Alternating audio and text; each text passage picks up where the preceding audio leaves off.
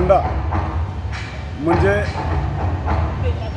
अंत्रुज आणि अंत्रुज म्हणजे सांस्कृतिक घर, संस्कृतीचे दायज घेऊन चलपी गांव. फोंड्यान शिशिरोत्सव अर्थात वयल्या बाजारान विठ्ठल मंदिरा कडेन जो उत्सव जाता, शिगमोत्सवाचोच एक तो भाग म्हटल्या जाता.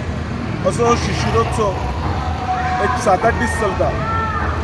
या शिशिरोत्सवाची सुरवात विठोबा देवळा कडेन जाता आणि सुरवात आमच्या वेगवेगळ्या आजूबाजूच्या पंचक्रोशींतले देव आसात तांकां आमंत्रण दिवन जातात, सुवारी वाजप आणि बाकीच्या गोष्टींबरोबर.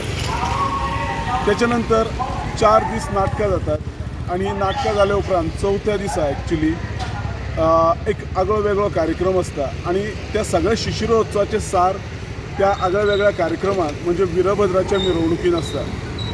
वीरभद्र हो एक असो प्रकार आसा की जो प्रॅक्टिकली 20 मिनटां ते 30 मिनटांच चलता, पूण तो पळोवपाक लोक मोठ्या उत्साहान येता, दर वर्सा येता आणि प्रचंड गर्दी करून येता. तर हो चवथ्या रातीक जाता.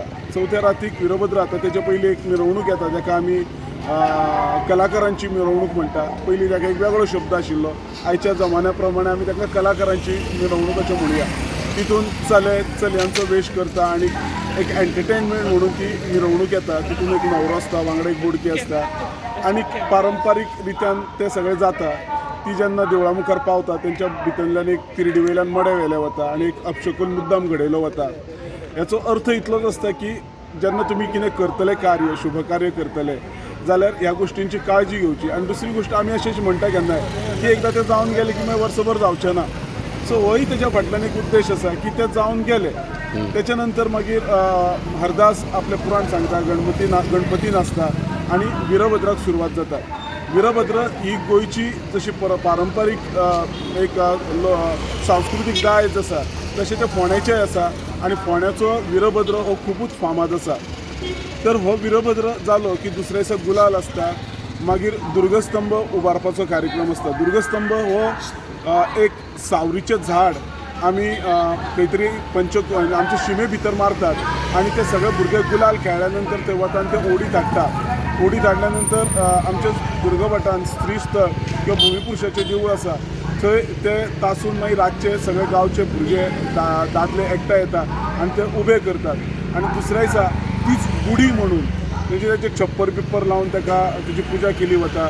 त्या दुर्गस्तंभाचेर नाल फोडले वता आणि तीच गांवची गुडी कशी आमी सगळे मेळून थंय उबी करतात.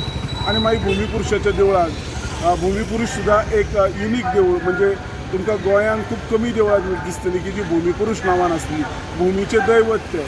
तर अशा प्रकारचें हें दैवत आमच्या ह्या संलग्न देवस्थानान आसा. तर थंय मागीर गुढीपाडव्याचो कार्यक्रम जाता आणि आमचो शिशिरोत्सव थंय सोंपता.